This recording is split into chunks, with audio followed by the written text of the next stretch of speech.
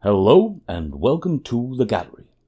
My name is Jon and today we are painting belakor.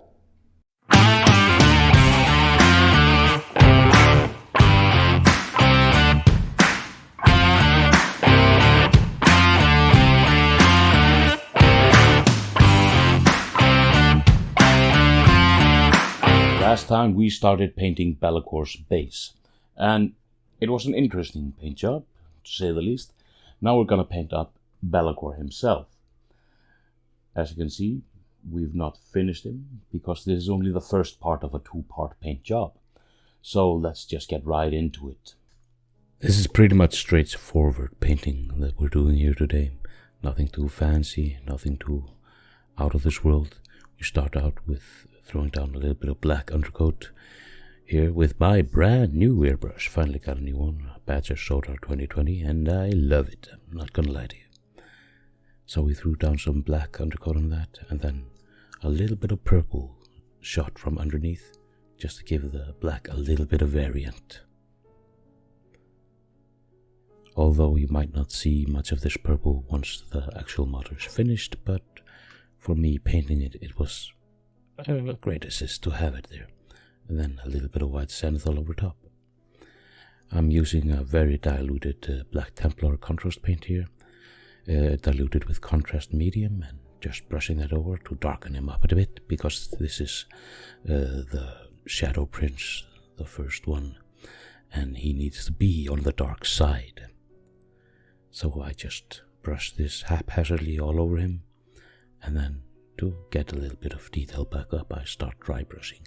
First with a rather dark bluish kind of color, Naggaroth Night, if I remember correctly, and then add a little bit of more verdigris and lighter colors to it, just to make everything pop a little bit more.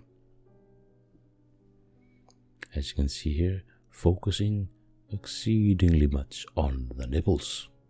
Look at that. It's kind of disturbing. And then we're going back for the cheap OSL effect. I'm using the same green mixture that I was using on his base for the OSL effect there, to keep some sort of consistency between the two things.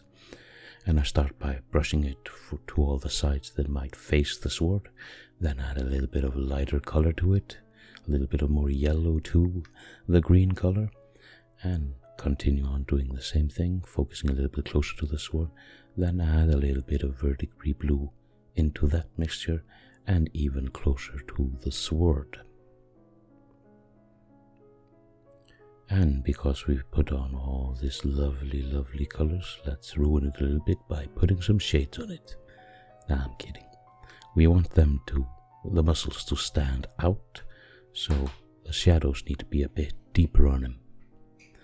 And then, of course, because when you're painting, you want to try out new things, I threw some skeletal horde down on his horns, and then once I finished that, immediately regretted it. So I put a little bit of purple shade here and there on his spiny thing on the back of his tail, and also completely coated his wings, just to have a little bit of more color feeling to the entire model. Even though it's all really dark, it's different kind of tones to the dark. And then a little bit of Naggaroth Nightshade on all his claws and talons and horns, and starting to fix up all I did earlier on the horns on the top of his head by darkening them down and getting that blue tone back up that I liked so much. And also we have to put them on the claws on his wings, and I'm putting it a lot more thickly on those claws to make them much more interesting. And then with a little bit of Druchii Violet, or Slanesh Grey if you want to have it correctly, I dry brush all the horns and claws and talons again.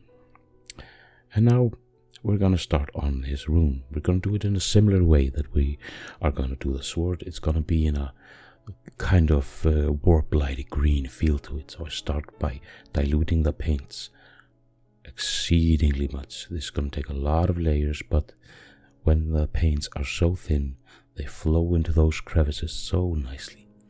And start with green. I'll add a little bit of yellow to the green, and then a little bit of more yellow to the green.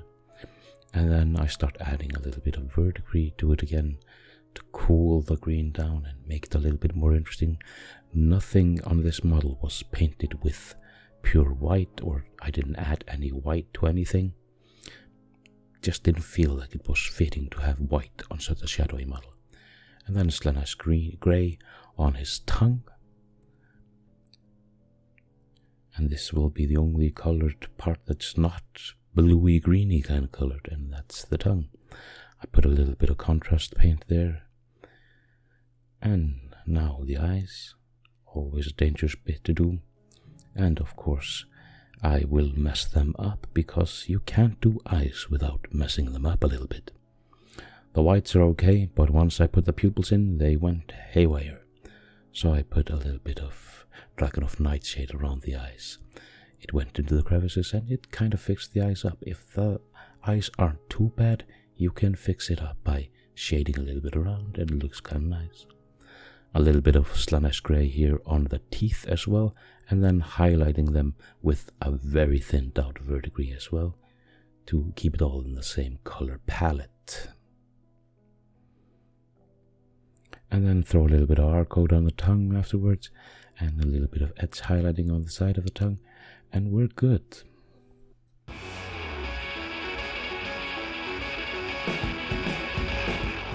And there he is, belakor, in all his unholy glory. Next time around, we're gonna paint up all his armor bits and all the little nubbins here and there, and of course his sword that's causing all this oversell.